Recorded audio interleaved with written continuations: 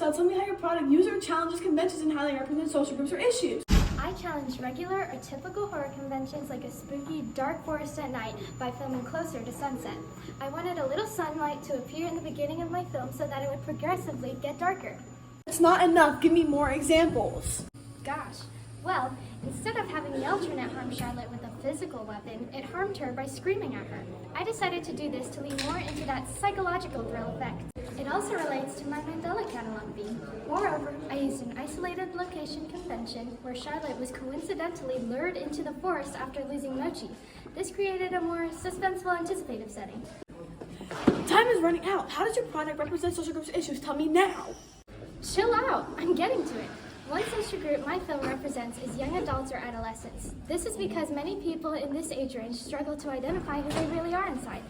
Some may also create an alternative personality over their own due to high standards or peer pressure that they feel they must abide to. It also represents how most young adults go through personal growth with themselves around this time. What about the sound?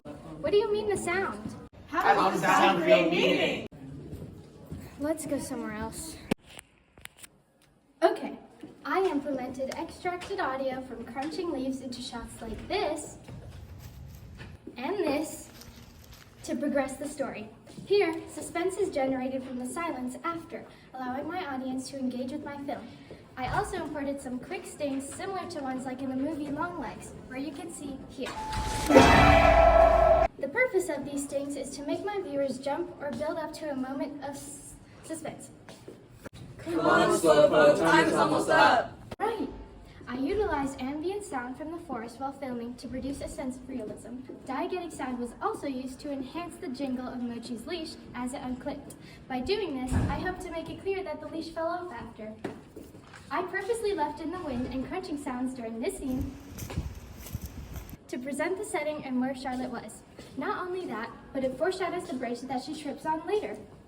You need to talk about distribution. Let's go to a quieter place. That's better. If my final cut were a real film and I had to distribute it across multiple platforms, what better way than to use social media? Since my targeted audience is around the mid-teens to mid-20s range, the range that uses social media the most, my film would sell out in seconds. I'm talking advertising trailers on Instagram, TikTok, YouTube, Spotify, you name it. We should get back to school now. And we're back. Marcel, Not again. you left and forgot something about representation. I'm actually report you. Whoa, I was about to. I wanted my film to have tons of representation. Like what?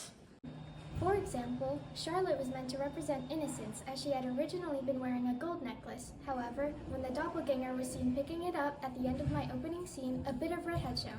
Fun fact, this was not intentional. It had actually happened on accident, and originally I wanted to not get the red part in the shot. Then why did you keep it?